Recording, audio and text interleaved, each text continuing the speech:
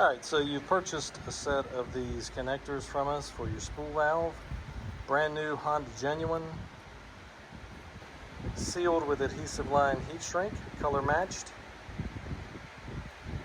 And you're wondering, well, how do I install these? You've seen that it came with 2 sets of butt connectors and a sticker, which actually blew away because you can hear the fans in the background. It's hot in the shop today. I'm going to show you how to install these. How do I do it here in the shop? Well, let's get after it.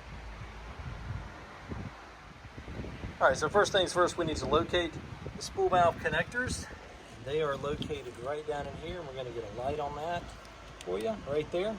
There's our 2 connectors on the spool valve on the back side of the engine here. What happens is water runs right across here and drips down onto them, and also it can drip from right here on the hood from this wiper washer nozzle. So what we're going to do is replace those 2 connectors because this car has P2646 on currently. And we fix about 80% of the elements that come in the shop with these connectors and a very specific oil change. So let's get after it. We're going to take the connectors loose here. We're also going to take loose this connector here. Below the spool valve, we're going to have a hard time seeing it here, but we're going to try to get down in there for you. Below the spool valve, we have that connector there, right beside the oil filter. You see the 1-wire connector. And then all the way down at the very bottom, you can follow the wire down. It goes down to a crank position sensor. We're going to take that loose too, so that we can have this harness loose right here on top of the engine. I'm also going to remove this bolt, this bolt, this bolt, and this bolt, and take all of the coils loose so I can actually work on it right here on the front of the engine. Now, it might sound like a lot of work, but this will make the job a ton easier. You can replace these 2 connectors by hanging over the back of the engine right here, but I don't suggest it. It's much easier if you do it right here up on the front. So let's get at it. All right, so now we're going to start removing our bolts. I did forget to mention we're going to take this power steering bracket loose here. We'll get the power steering line out of the way too. This engine is hot, so you need to just be careful.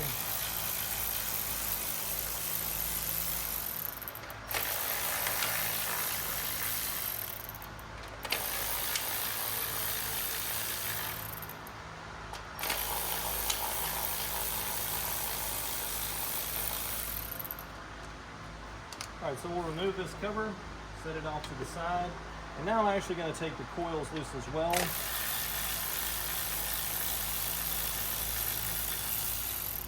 And that just makes getting the harness up a little easier.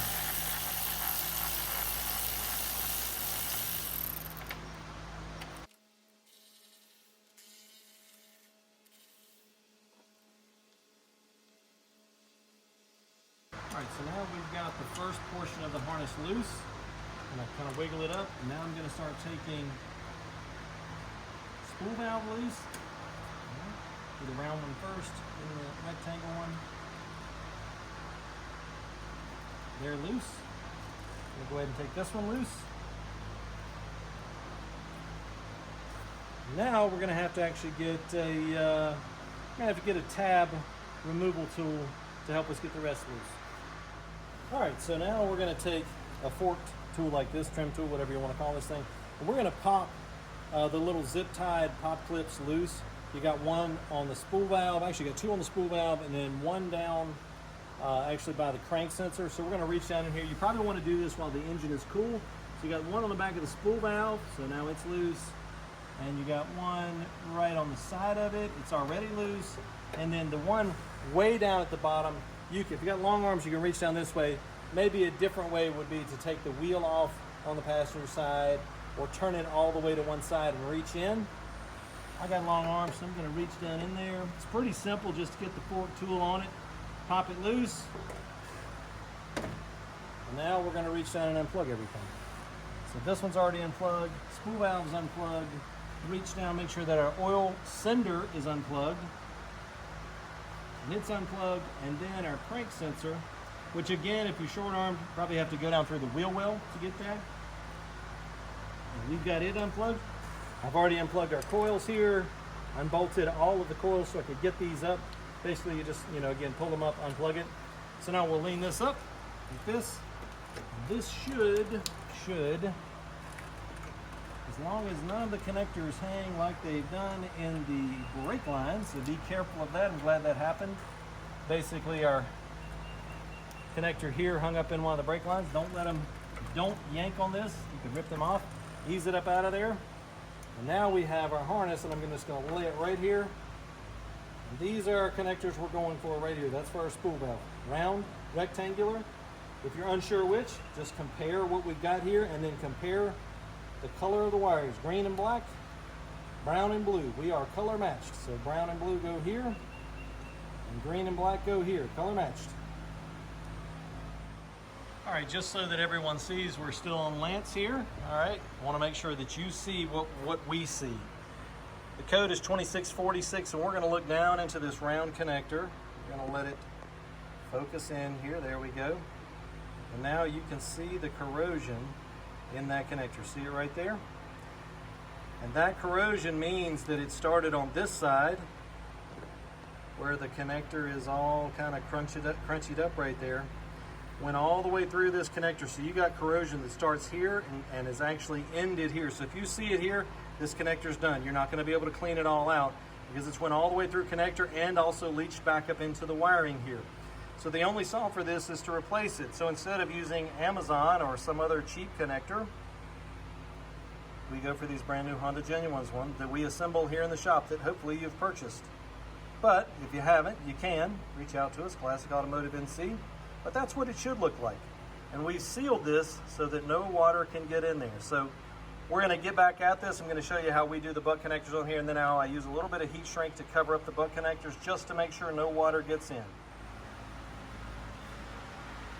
All right, so now here's the part that no one was looking forward to. And you make sure that you go for the two gray connectors because this connector looks similar, but it is different. This black connector, keep it away.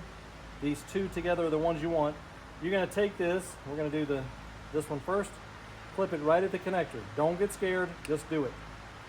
Set that to the side. Then we're going to pull this off, gentle like. Get all this out of the way because I'm going to actually put some heat shrink on this. Now you either take wire strippers or something else to strip these wires with. Try not to get the excess wire jacket down in the engine.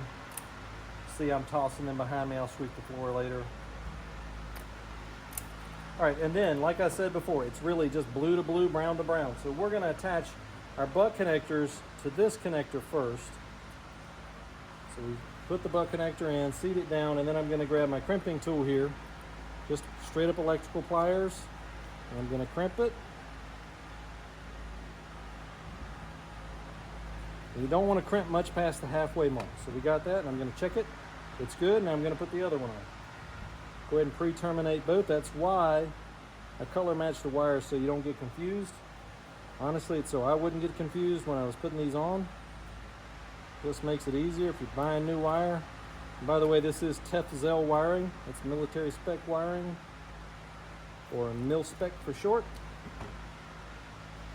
Check both of those to make sure they're good and snug. All right, now we're ready to attach here, but I'm going to go actually grab some heat shrink. All right, so we've got our heat shrink here. So what I'm going to do is I'm going to slip this through. And the reason I waited is to make sure that they'll actually go through there. Slip that through, and I'm going to push it all the way down as far as I can to get it away from when I heat these up.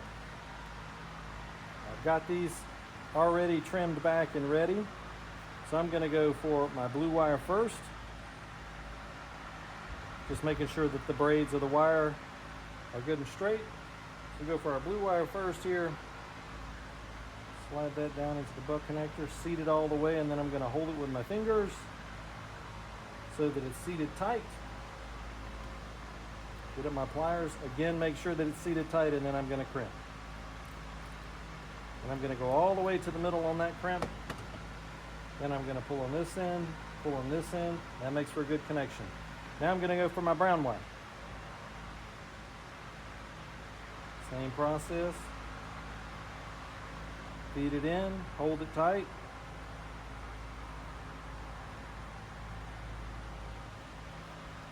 Now when you do this, make sure that you don't accidentally cut the other wire behind this, because you still have cutters right here. So keep your fingers and all other wires away from that. All right, we've got the double crimp there. Get our tug test, we're good. Now, I'm gonna hold this up, take my heat gun, turn it on, and I'm gonna start melting these. And you'll see them melt. They'll change colors a little bit and start to shrink, and you want them to shrink all the way down, and then you may have to pinch them with your fingers. All right, the brown wire is already gone on the top. Now it's going on the bottom. Blue wire is starting to melt. You don't have to have a high dollar heat gun either. This one's off Amazon for like 30 bucks. Just needs a good switch on it. Make sure that doesn't touch anything. And I just pinch these to make sure they're good and tight with gloves on because that's super hot. All right, there we go. They are heat shrunk. And that alone will do, it will suffice, but I'm gonna go one extra layer and put that over there, just like that. And now I'm gonna heat shrink this.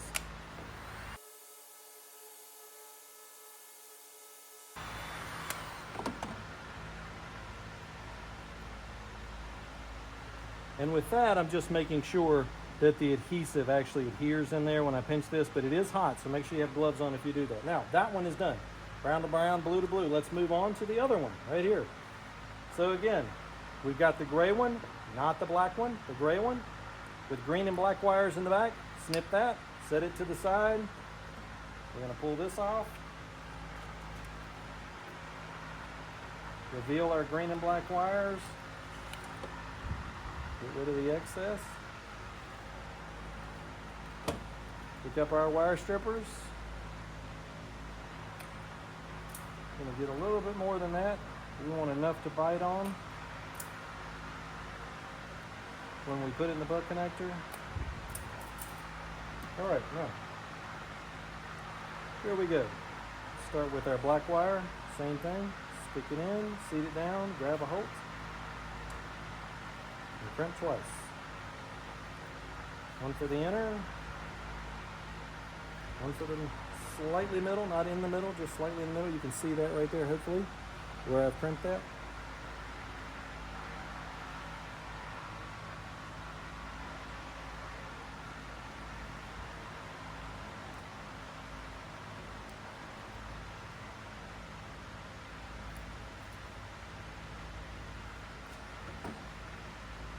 All right, there we go. Now we're going to take our heat shrink, slide that over these two, just like that, run it all the way down so that it doesn't get shrunk prematurely later. And now we're going to start here. We're going to go black first. So black to black. I'm actually reverse of what I want to do. So I'm going to turn that around. Hold it with my fingers. Make sure that other wire is out of the way. You don't want to accidentally cut your other wire.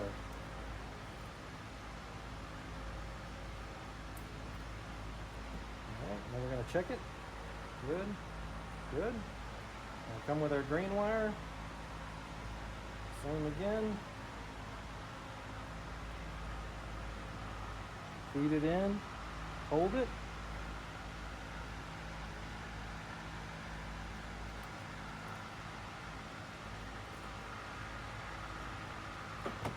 The big deal is just make sure it's a sure connection. Now we're ready for our heat gun again.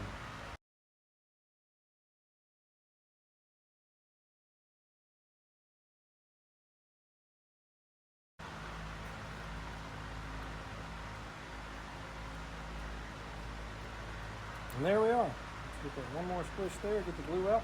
Now we're going to let those sit just for a second to make sure that they cool off and everything is cooled off and ready to go before we put it back together. All right, so now that we've got our new connectors installed, they're ready to go.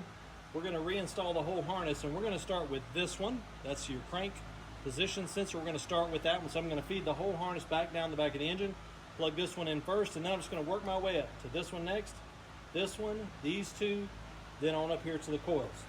So let's feed this thing back down in here.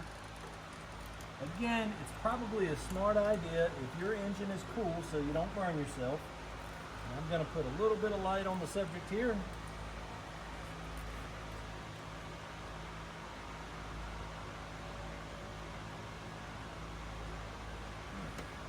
That connector's on. I'm going to reach this way and see if I can pop it in.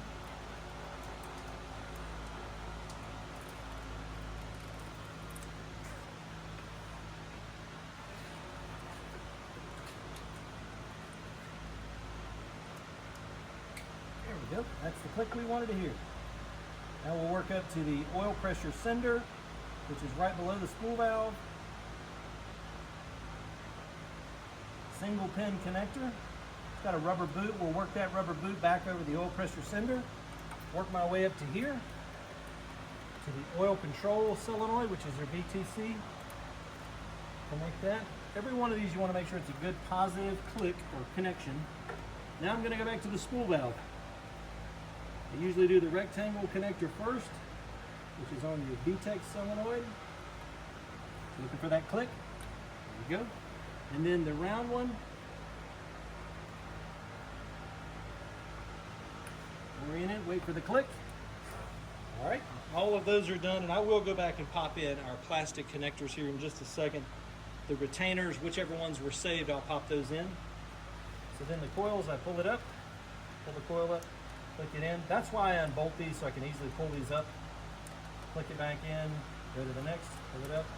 If you're wondering how I pull these up, I take my index finger and stick it under here like this, and then pull up, and then connect.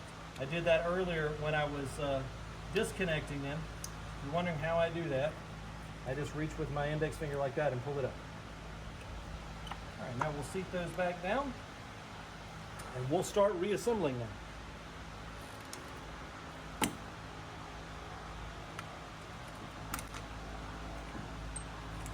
Now, if you've forgotten where these bolts go, 1 and 3, 2 and 4. And by 1, I mean cylinder number 1, that's this one. So that gets a regular flange bolt. Number 2 gets a stud.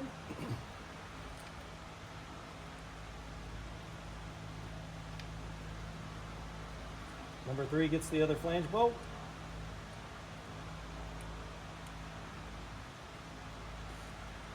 Number 4 gets the other stud.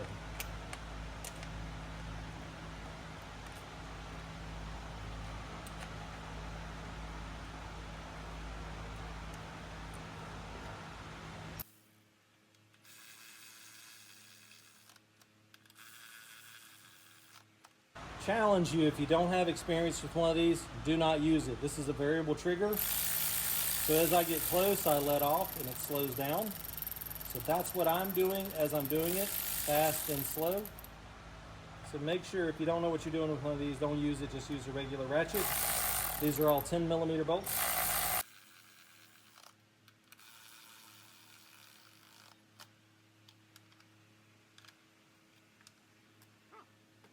Take our top cover, place it back on. Grab these 2 bolts. Sometimes you have to wiggle to get them to start, so just stick it down in there and wiggle a bit. There we go.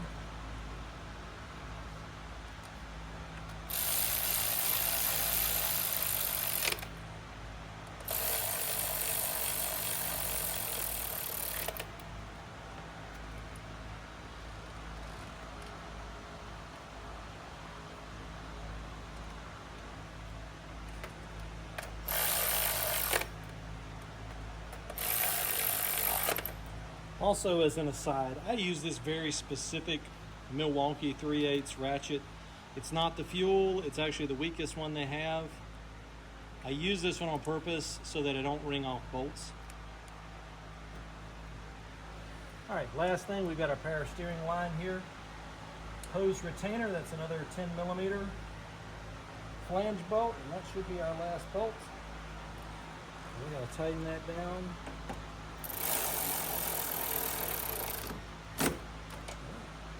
Now I'm just going to reach down in there and we're going to connect those plastic pieces just to make sure. Let's get the light out. Because we did actually save a couple of those, so we will reuse those retainers. If you break them, it's very common that they do break. You know, don't get too angry with yourself. It's happened to all of us. Yep.